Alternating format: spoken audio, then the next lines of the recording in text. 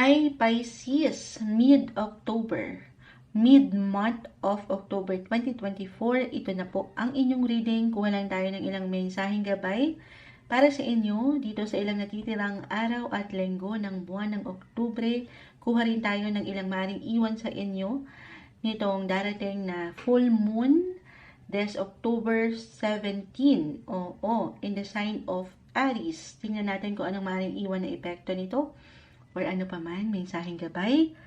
Pisces, finally, anong kailangan marinig ng mga taong ito ngayon? Sa taong nakikinig ngayon, Pisces, message, guidance po, mensaheng gabay, mid-October. Mid-October, Pisces, anong gabay ang kailangan niyong marinig? Guidance sa taong ito. Mensaheng gabay po, Pisces. Okay.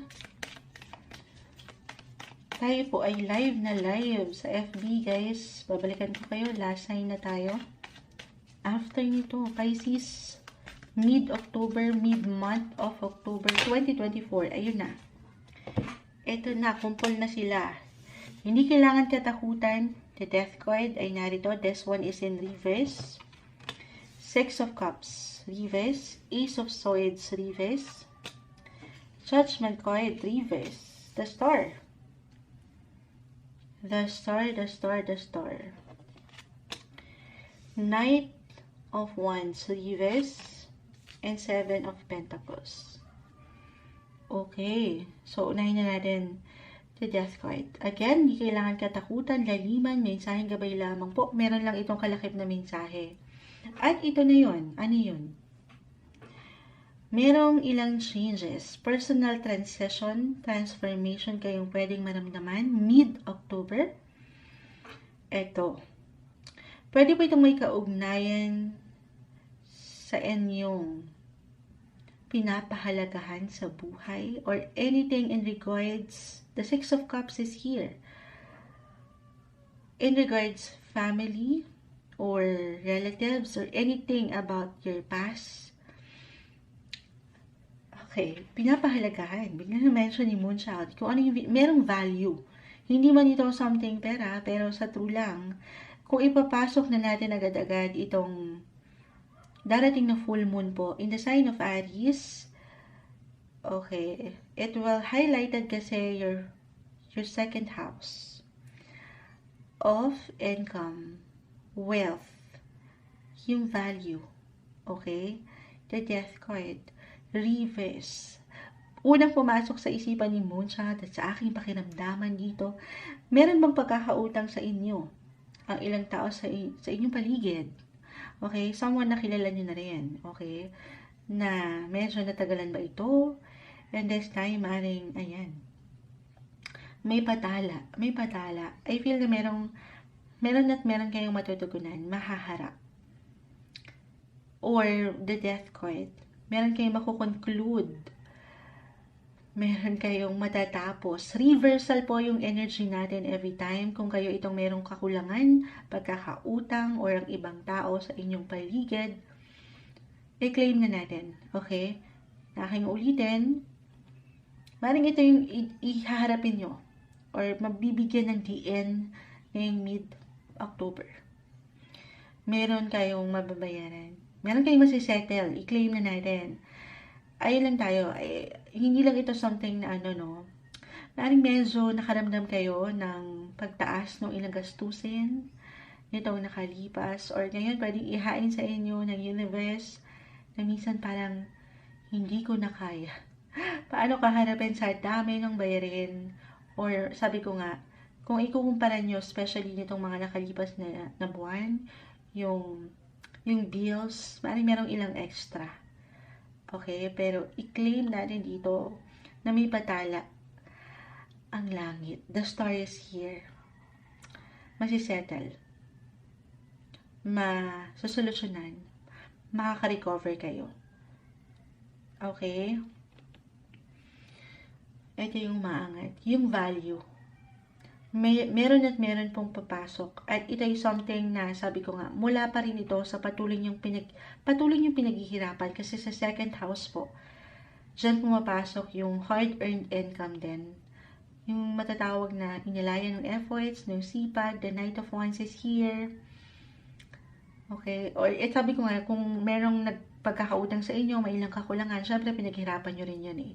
So, may sasalba. Kung ano man yung hugot nyo ngayon na kailangan yung harapin na kautangan or kabayaran.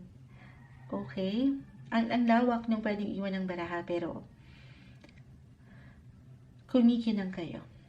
Minsan, hindi lang nagiging klaro ang ilang sitwasyon o ilang tao sa inyong paligid, pero kumikinang kayo. The star is here.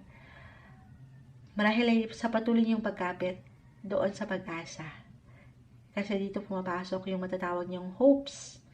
Hopes and wishes, your dreams. Ano ba yung pangarap niyo?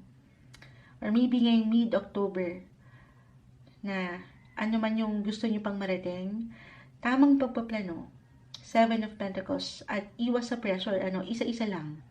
Kahit sa mga wish list nyo lang yan, sa inyong mga coit, sa Shopee, charot, hindi, isa-isa lang.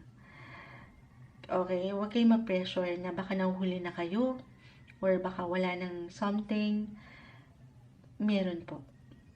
Minsan, nagkakaroon lang talaga ng ilang delays, dahil walang perfect sa ating dinadaanan, nagkakaroon ng ilang glitch, may bako-bako sa ating pwedeng tahakin, pero papunta kayo doon. Mababayaran, matutugunan, mabibili mo kung ano yung mga nandyan sa yung card.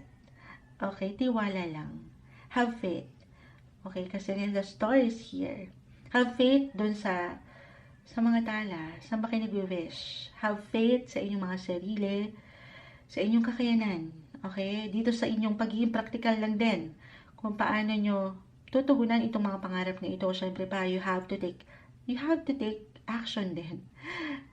Sabi nga nila, nasa Diyos ang awa, nasa tao ang gawa. Totoo naman din. Faith na meron kayo sa sarili, sa proseso, at sa Kanya. Sa ating nag-iisang Creator, si Lord, samahan ng dasal. Okay? Itong mga gusto nyo pang marating. Or kasagutan, judgment card. Meron ba kayong gustong malaman? Umaangat yung ilang katanungan din. Why ganun yung nakukuha ni Moonchild? Pero move forward, Pisces. Tulungan ng sarili na makapag-move forward.